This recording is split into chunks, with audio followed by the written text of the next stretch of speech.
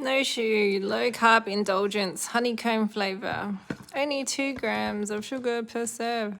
$8.90 from Woolworths. Proudly Australian made and owned. Cute packaging. Contains milk, soy, peanut, maybe present sesame and tree nuts, so don't eat it if you have allergies. This was not easy to get out of the packet. It's totally stuck in there. But anyway, let's see what it tastes like. Very chewy, very sticky, with a bit of crunchiness inside, like the picture. It does taste quite rich, and it tastes like you're indulging yourself.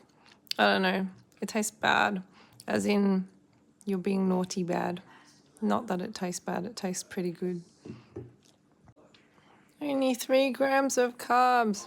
I can't really believe that. But anyway, if you're after a sweet thing and you're trying to be good, this is probably worth a try.